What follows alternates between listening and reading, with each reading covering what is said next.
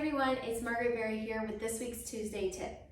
This week I have a little muscle awareness exercise for you if you struggle with dominant quads and weak hamstrings, weak glutes, and issues with low back pain. So this is going to be really helpful for you if you struggle with any of those and you really want to tap into that back of the body posture, all those postural muscles instead of the compensatory muscles. So first let's talk about why someone may develop a tendency to have dominant quads rather than those muscles in the back of the legs and the glutes.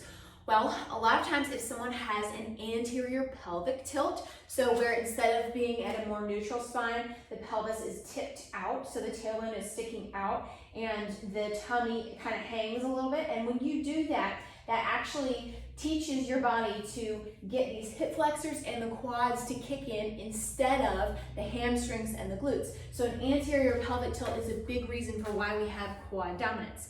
Another reason is postpartum. If in pregnancy, it's of course we are naturally more, with our back arched out because you have a large belly.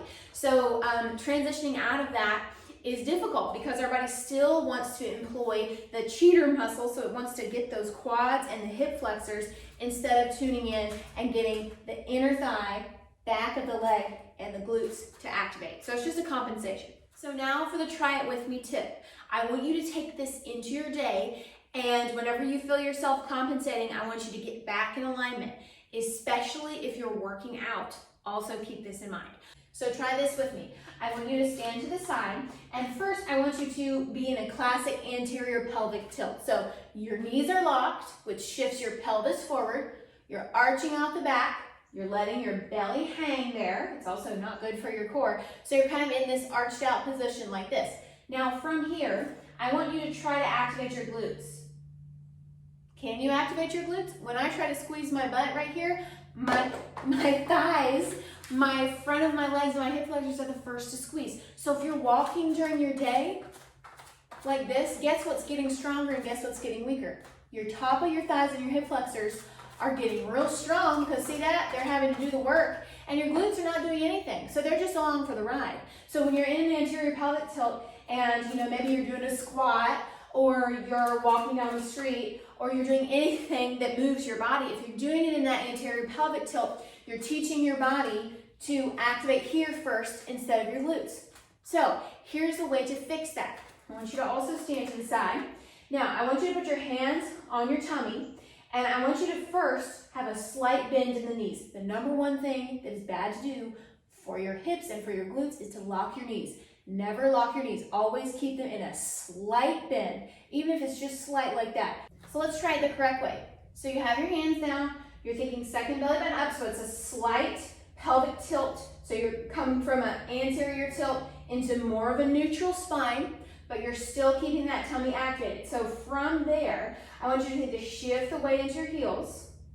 Chin comes in, tall with the torso. Now I want you to think, squeeze the butt a little bit.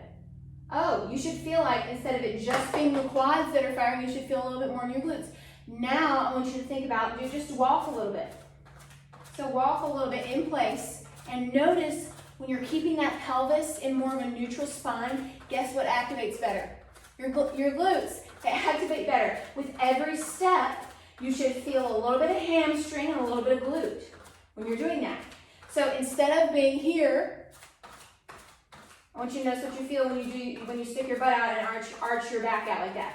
Oh, I'm just feeling my legs. I'm not really feeling anything else. So again, contrast that and let yourself feel the difference from when you are more aligned, second belly button up, then you're walking with every step.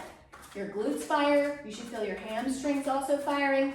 It's just retraining your body out of the path of least resistance into a better format so that you can activate the muscles that you're supposed to instead of the muscles that just make you feel more tight and impede you from good posture.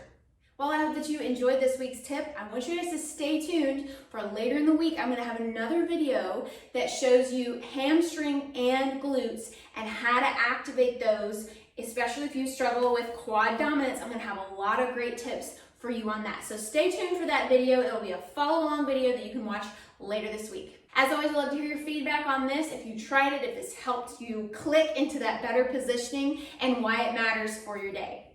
Thanks as always for watching, and I'll see you guys next time.